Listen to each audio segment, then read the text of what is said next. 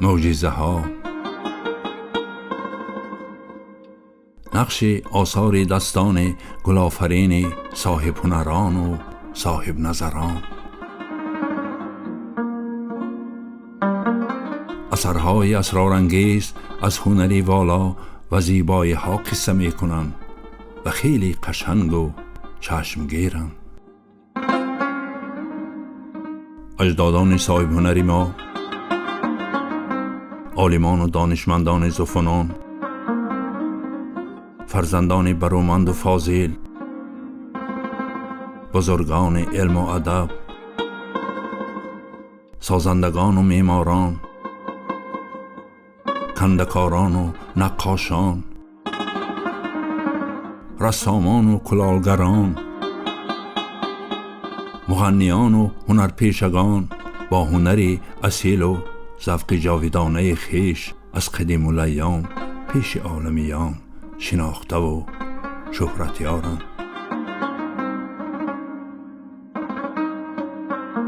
شکر تاجیکستان صاحب استقلال که امروز اهل هنر و استعداد، خاصه نورسان و جوانان در جاده هنر، سازندگی ها و بنیادکاری ها برخوردار از علم و ادب و فرهنگ اجداد صاحب ذوقشان کار و ایجاد میکنند و شاهکاری ها دارند.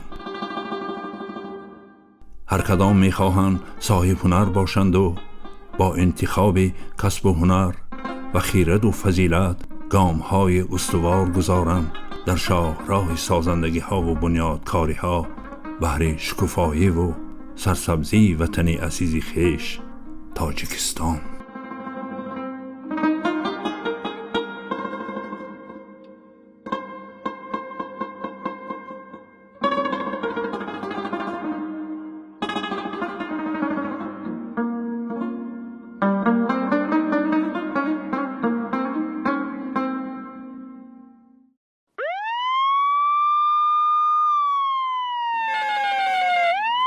یاری تجلی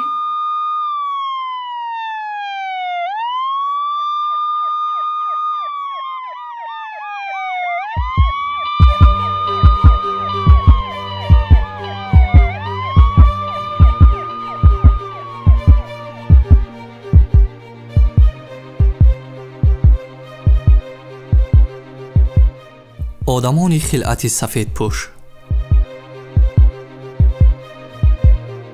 اینها کارمندان ساحه تندرستی اند، طبیبانی که صاحب کسب شرفمند و پر افتخار یک عمر هستیشان را به حفظ قیمت بهاترین دارایی انسان سلامتی آن می بخشند.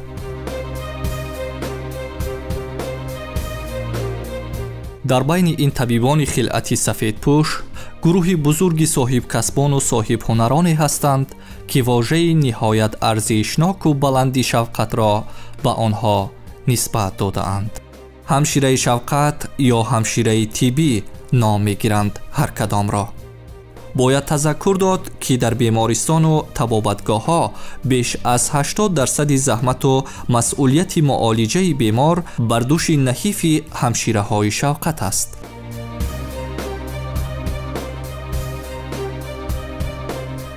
دانشجویان مؤسسه دولتی تعلیمی کالج طبی شهر پنجکند، آنها با یک جهان آرزوها خلعت سفید پوشیده به این درگاه کسب و هنر می آیند، به درگاهی که سالیان زیاد فعالیت داشته هزارها متخصصان ساحه طب علل خصوص خواهران شفقت را صاحب کسب نموده است. کسب و هنر از مفهوم‌های مهمترین حیات هر فرد جامعه به شمار می‌روند، زیرا اگر شخص در حقیقت ماهیت آنها را درک نماید می‌تواند به حیات مادی و معنوی خویش تکانی جدی بخشد. هنر بهتر از گوهری نامدار، هنرمند را گوهر آید بکار. تو را با هنر گوهر است و خیرت، روانت همه از تو را میش برد.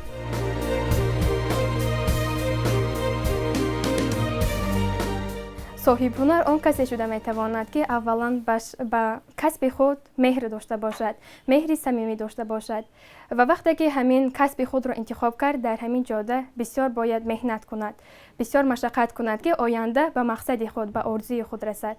کسی که کوشش میکند، کسی که هنر دارد، صاحب هنر شده میتواند. برابر ثبت نوارها در تعلیمگاه با آموزگاران و خوانندگان در صحبت بودیم و از ذوق بلند و حاضر جوابی دانشجویان پی بردیم که هر کدام میخواهند با کمک و راهبلدی استادان صاحب کسب و صاحب هنری اصیل شوند.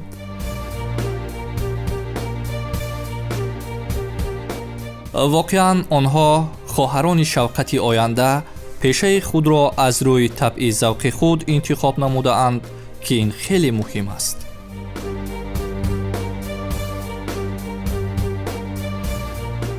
جدول الکترونی اگزل پکیج برنامه‌های آفیسی به داخل می‌شود.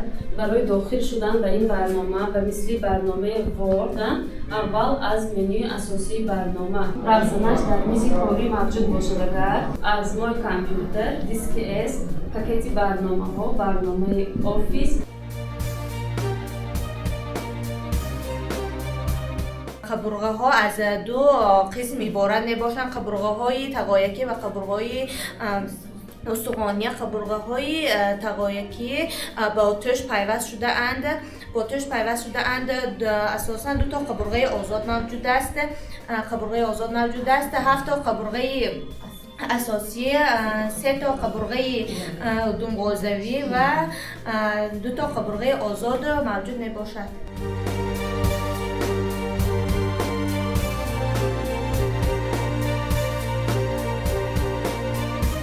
رهبریت مؤسسه دولتی تعلیمی کالج طبی شهر پنجکند آموزگاران صاحب تجربه و لیاقتمند.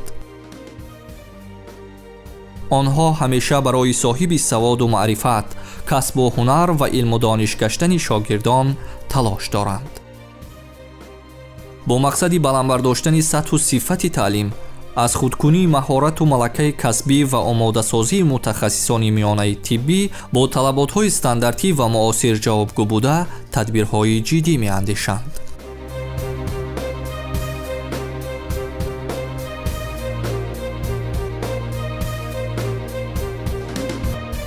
تا سال 1992 کالج ما تأسیس یافتگی نبود، آموزشگاه طبی هم تأسیس یافتگی نبود. دو گروه در فیلیال آموزشگاه طبی شهری خوجان شده شدند، در نزد بیمارخانه مرکزی شهر فعالیت میکرد. سال 1992 آموزشگاه طبی شهر پنجکند تأسیس یافت و 2014 سال با قرار حکومت جمهوری تاجیکستان آموزشگاه طبی شهر پنجکند با کالج طبی شهر پنجکند تأسیس داده شد. بینای اساسی هم نداشتیم. ما در بیمارخانه و در بینای آمار درس‌ها را پیش می‌بردیم، گروه‌های ترتیب می‌دادیم و با قرار حکومت جمهوری تاجیکستان 2 مارس سال 2023 سابق بینای مرکزی دلشناسی شهر پنجکند با موازنت کالج طبی شهر پنجکند گذرانده شد. وقتی که بینای کالج طبی شهر پنجکند دادند، ما در آنجا صنفخانه کامپیوتری ما زیاد شد. با کامپیوترها با دستگاه الکترونی تجهیزانیده شد و صنفخانه کار همشیرگی که با تجهیزات حاضر زمان طبی که برای دانش آموزی دانشجویان استفاده برده میشد، ما با یعنی که همه خیلی صنفخانه ها تشکیل کرده شد. شرایط باز هم خوبتر و بهتر شد. ما کارمندان این کالج طبی شهر پنجکند از این دستگیری های بی‌نظیر پیشوای معظم ملت پرزیدنت جمهوری تاجیکستان محترم امام علی رحمان خیلی سرفراز هستیم و کوشش به خرج میدیم که دانشجویانی که در کالج ما میخوانند اساس برای تربیت و تعلیمشان سهم ارزنده خود را همان صفتناک اجرا نماییم.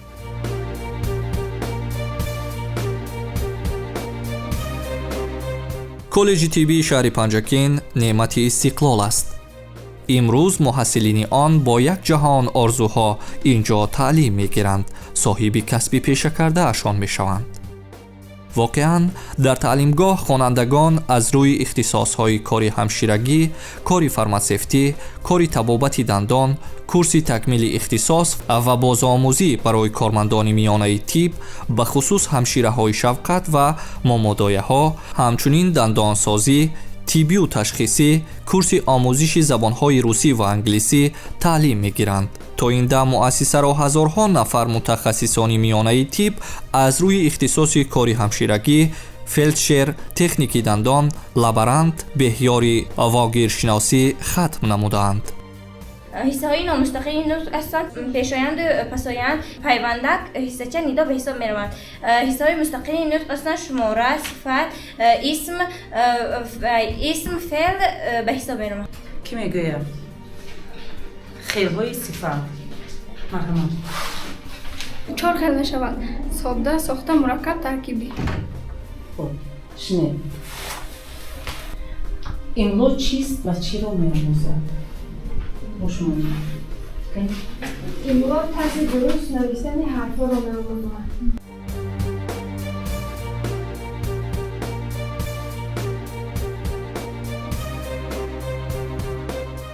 ана ҳамин тавр машғулиятҳои амалӣ дар беморхонаҳо гузаронида мешавад. беморхонаи марказии шаҳр, беморхонаи кӯдакони шаҳр, беморхонаи бемориҳои сироятӣ, таваллудхонаи шаҳр ва дигар муассисаҳои тиббӣ бо истифода аз воситаҳои технологияи муосир ва маводҳои дидактивӣ ва дарсҳои таҷрибавӣ хеле ҷолибу рангин мегузаранд.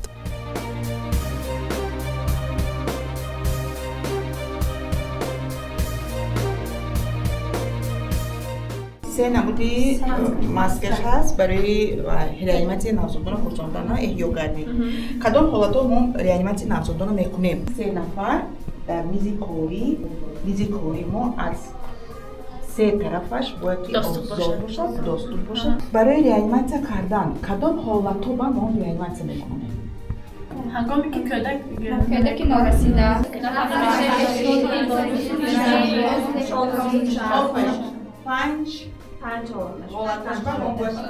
یکم کاری که ما میکنیم کودکچه منه برای نگاه میداریم. اول استیمولیاسیون رازراژ میکنیم کودک اندازان علمی حالت به کودک باید نفس گیرد. نفس گرفتیم ما یکمین قدم ریانیماسیون به جا آوردیم. کودکچه خوش کردیم، پاک کردیم. اگر دیدیم که نفس کشی نیست ما باید که بیزنی هست و نفس کشی نیست ما باید که ریانیماسیون دوام دهیم.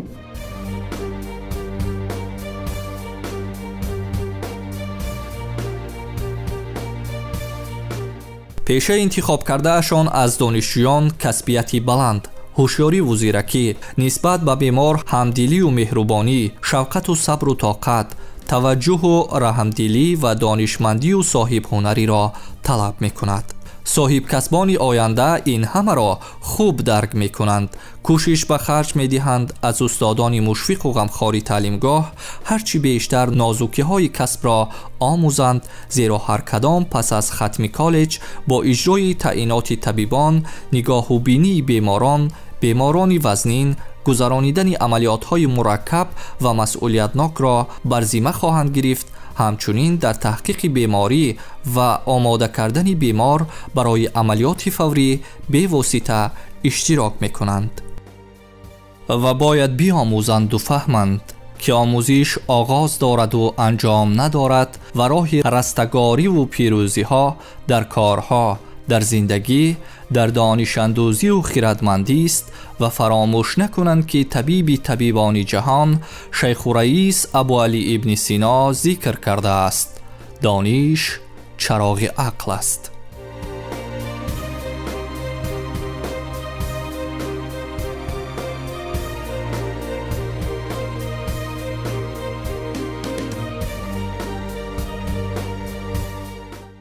سال 1995 کالج طبی شهرمان را تمام کردم، ختم کردم و بعد از ختم کردن کالج طبی تا حال در مؤسسه دولتی تولدخانه شهر پنجگین فعالیت و کار کرده ایستادم. من از کسب انتخاب کرده خود پشیمان نیستم. من بسیار خرسند هستم که من کسب مامادویگی انتخاب کردم. به خلق خودم خدمت میرسونم.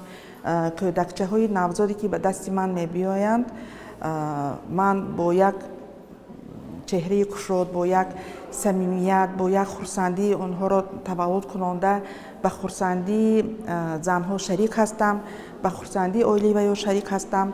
جوانان کجایی که باشند آنها باید صاحب هنر باشند. من سال چندم است که با کالج طبی همکاری میکنم، با آموزگاران یک جای کار کرده ایستاده به آموزش خواننده ها سهم خودم را میگذارم، به آنها یاردم میدم. من کارهای عملیاتشان به من و دستگیری میکنم، آن چیزی که خودم میدونم به آنها میآموزانم.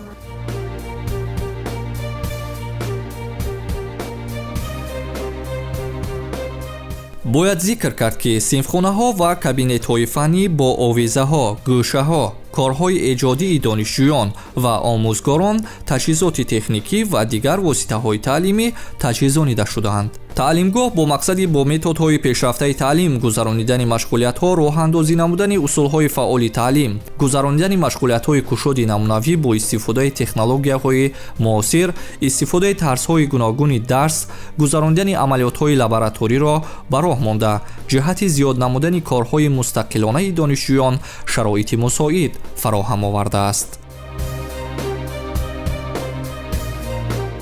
омӯзгоҳи тиббӣ дар шаҳри панҷакӣ набуд, яъне ки коллеҷи тиббӣ набуд. дар даврони истиқлолият соли 1992 ман омӯзгоҳи тиббӣ, баъдан коллеҷи тиббии шаҳри панҷакӣ таъсис ёфт. дар аввали фаъолияти омӯзгоҳ ва коллеҷ мо ба ихтисосот ҷудо кардаги набуданд. танҳо як ихтисос, яъне ки ҳамшира тавр мекардем, ихтисоси кори ҳамширагӣ. дар давоми истиқлолият мо ба ҳозир ихтисоси кори ҳамширагӣ, ихтисоси кори момодоягӣ, ихтисоси кори табобати дандон, ихтисоси кори фармасевтӣ ва ихтисоси кори ташхисию тиббӣ ташкил карда шуд ки ва донишҷӯён ба шаҳри Душанбе ё ба шаҳри Хуҷанд рафта намехонанд, дар ҳамин шаҳри Панҷакин дар коллеҷ маълумоти миёнаи махсусро мегиранд.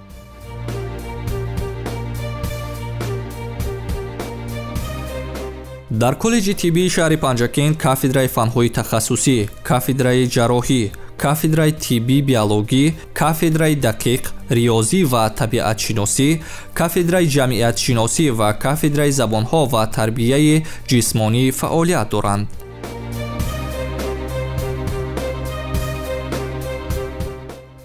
баробари диданиҳо аз дастовардҳои раҳбарияти муассиса ҷиҳати пешбурди муваффақонаи таълиму тадрис дар таълимгоҳ ва фаъолияти ҳаматарафаи устодон дар тарбияи насли худогоҳу худшинос ва ватандӯст дар замони соҳибистиқлолии мамлакат, бори дигар ба хулосае омадем ки воқеан имрӯз маҳз бо таваҷҷӯҳи ҳукумати ҷумҳурӣ мақому манзалати омӯзгор дар омӯзишу парвариш ва таълиму тарбияи наврасону ҷавонон хеле боло рафтаасту барои кору фаъолияти бошарафонаи онҳо дар ҷомеа шароитҳои зарурӣ фароҳам оварда шудааст.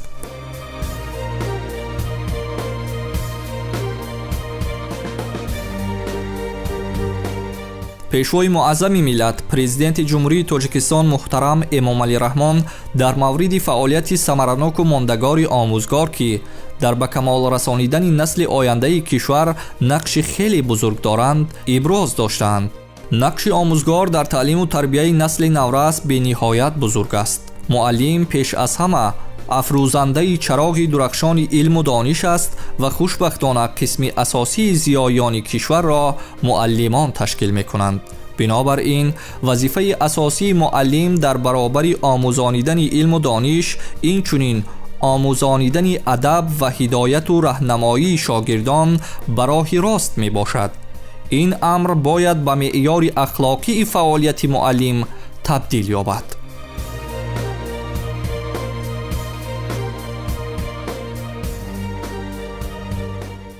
боиси шукргузорист ки истиқлолияти давлати ҷумҳурии тоҷикистон барои соҳаҳои гуногуни ҳаёти ҷомеа барои рушду нумӯ шароити мусоид фароҳам овардааст. бо ташаббус ва дастгириҳои асосгузори сулҳу ваҳдати миллӣ, пешвои миллат президенти ҷумҳурии тоҷикистон муҳтарам эмомалӣ раҳмон дар радифи самтҳои гуногуни илму маърифат ба соҳаи китобдорӣ низ таваҷҷӯҳи хоса зоҳир гардидааст. воқеан ҳам дар ташаккули андешаҳои миллӣ ва таҳкими истиқлолият китоб нақши бузург дорад. ба истиқлоли меҳам саҷда орам, намозамро ба даргоҳаш гузорам, бихонам ояти шукронааш беш, ки ҳаст он ҳадияи парвардигорам, бибӯсам парчами сабзи ватанро, хазони дил равад ояд баҳорам. бале, истиқлолият хазонро аз дили мо баррабуд ва моро ба баҳористони илму дониш, ба баҳористони илму маърифат раҳнамун сохт. шукр аз он мекунам ки яке аз шаҳрвандон, яке аз шахсони озоди ин кишвар ҳастам ва дар тоҷикистони азизи соҳиб истиқлол озодона умр ба сар мебарам. соли 2023 ман ғолиби озмуни ҷумҳуриявии тоҷикон дар оинаи таърих гардидам. соли чорум аст ки ман бо ҳамроҳии шогирдонам дар ин озмун ширкат меварзам ва якчанд нафар шогирдони ман ғолиби даври чорум, яъне даври ниҳоии озмун гардиданд ва имрӯз натиҷаи ин озмунро ман дар он мебинам ки яке аз шогирдони беҳтарини ман Истамиён Норгул пас аз дар озмуни ҷумҳуриявии фурӯғи субҳи доноӣ ишғол намудани ҷои дуюм, имрӯз дар факултети филологияи тоҷики донишгоҳи омӯзгории Тоҷикистон ба номи Садриддин Айнӣ таҳсил менамояд ва имрӯз дар коллеҷи тиббии шаҳри Панҷакен дониши худро сайқал дода ҳамчун омӯзгор фаъолият намуда истодааст, ки ин албатта натиҷаи ана ҳамин озмун буд. ман дар соли 2022-2023 дар озмуни мазкур иштирок намуда дар сатҳи ҷумҳурӣ сазовори ҷои дуюм гардидам ва имрӯз низ кӯшиш намуда истодаам ки сафи донишҷӯёне ки майлу рағбати зиёд доранд барои иштирок намудан дар ин гуна озмунҳо зиёд гардад. аниси кунҷи танҳоӣ китоб аст, фурӯғи субҳи доноӣ китоб аст. дар китобхонаи коллеҷи тиббии шаҳри Панҷакен китобу рисолаҳои соҳавӣ асарҳои бузурги илм, адабиёт ва санъат зиёд аст. роҳбарияти таълимгоҳ, устодону мутахассисон ҷиҳати ҳарчи бештар рӯй овардани хонандагон ба ганҷи хирад ба китоб тадбирҳо меандешанд. зеро китобдорӣ ва мақоми китоб дар тарбия, ҷаҳонбинӣ, инкишофи зеҳнии касбомӯзон, баландбардоштани маърифати онҳо нақши бориз дорад. донишҷӯён ҳамеша дунболи китобу дафтар инҷо бо мутолиаи китобу мақолаҳо ва асарҳои нодир ҳикмату андарзу дониш мегиранд. ҳамасола бо мақсади ғанигардонидани фонди китобхона теъдоди китобҳои дарсӣ, китобҳои бадеӣ ва китобҳои тахассусӣ зиёд карда мешавад. айни замон дар фонди китобхона беш аз 1500 адад китоб мавҷуд буда, аз онҳо 2650 адад китобҳои тахассусӣ, 417 адад дастурҳои таълими методӣ, 2311 адад китобҳои бадеӣ ва 163 номгӯи адабиёти сиёсӣ мебошанд. аз 4050 адад китобҳои электронӣ мавҷуда, қисми зиёдашонро китобҳои тахассусӣ ташкил медиҳанд.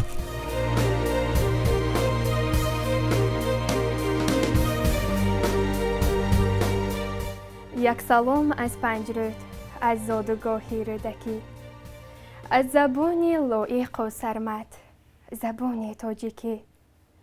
бас ки бо шавқ мезанад қалбам ба рӯи ин ватан, меҳри меҳан баҳри ман мероси даври кӯдакӣ. зинда кард пешво ба рӯи халқи мо меҳри китоб, бо фурӯғи субҳи доноӣ дигар шуд зиндагӣ. аниси кунҷи танҳоӣ китоб аст, фурӯғи субҳи доноӣ китоб аст. орзуи ҳар диле шуд, оби ҷонбахши ҳаёт. гар шиноси қадри он, бешубҳа бошад он китоб. пешрав бар ҳар муроду гавҳари ҳар муддаост. дардҳоятро давобахш аст чун луқмон китоб. нури чашму роҳати дил, гар шавад табъат малул, табъ равшан мекунад гӯё маҳи тобон китоб. расад сафти ватандорӣ зи сози меҳри раҳмонӣ. худоё جمع ما را حفظ بنما از پریشانی. علوی جنگ را خاموش رودی رحم و فهمش کرد. جهانی شد ز صلحش آبروی تاجیکستانی. رساند راه نو بر کوی خود آسوده مردم را. ندارد مردی ره در دامنش گردی پشیمانی. شکوه جشنها هم در تصورها نمی گنجد که در تصویرشان عاجز بماند خامه ایمانی. بیابان هم گلستان شد، گلستان تاجیکستان شد.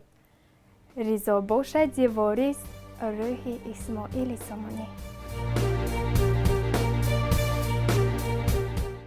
муҳассилини ин даргоҳи ҳунару маърифат ҳамасола дар озмунҳои гуногуни ҷумҳуриявӣ ва вилоятиву шаҳрӣ фаъолона ширкат меварзанд.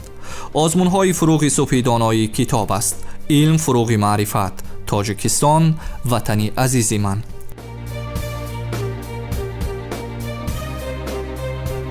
соли дуюм ҳаст ки дар ин озмуни фуруғи субҳи доноӣ иштирок меварзам аз рӯи номинатсияи адабиёти ҷаҳон. мехостам арзи сипосамро ба асосгузори сулҳу ваҳдати миллӣ, пешвои миллат, муҳтарам Эмомалӣ Раҳмон иброз намоям, то он кас барои мо ҷавонон ин гуна шароитҳо фароҳам оварданд, то мо дар ин озмунҳо иштирок варзида, дониш ва истеъдодҳои худро сайқал диҳем. соли аввал ҳаст ки дар озмуни ҷумҳуриявӣ фуруғи субҳи доноӣ китоб аст аз рӯи номинатсияи сеюм, яъне хондан ва аз худ кардани осори адибони муосири тоҷик ширкат варзида истодам. дар даври аввали ин озмун, яъне дар даври шаҳри озмун иштирок карда, сазовори ҷойи аввал гардидам. озмун бисёр дар сатҳи баланд ва соф ва шаффоф гузашт. як гурӯҳи хонандагон дар даври ҷумҳуриявии олимпиадаи фанӣ барои донишҷӯёни муассисаҳои таҳсилоти миёнаи касбӣ аз фанҳои табиатшиносӣ ва риёзӣ ки дар муассисаи давлатии таълимии коллеҷи тиббии шаҳри Бухтар пештар баргузор гардида буд, ҷойҳои намоёнро соҳиб шуданд.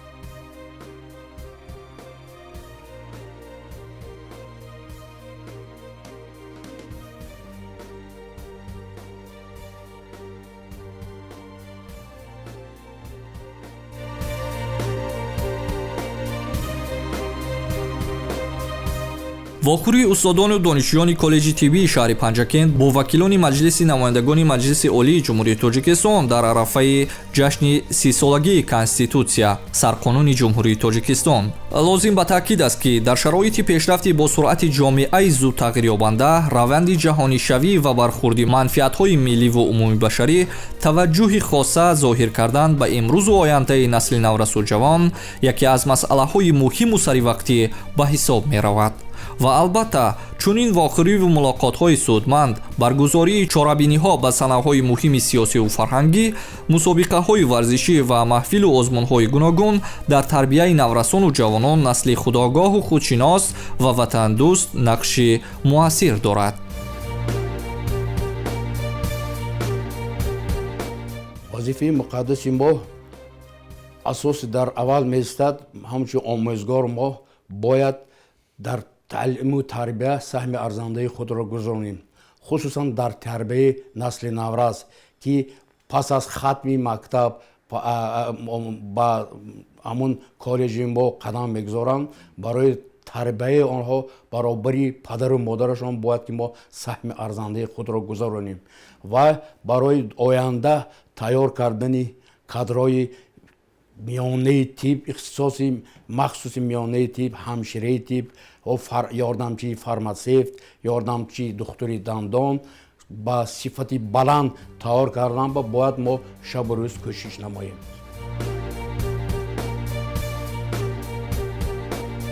шукри истиқлолу ваҳдат, шукри сулҳу суботи мамлакат.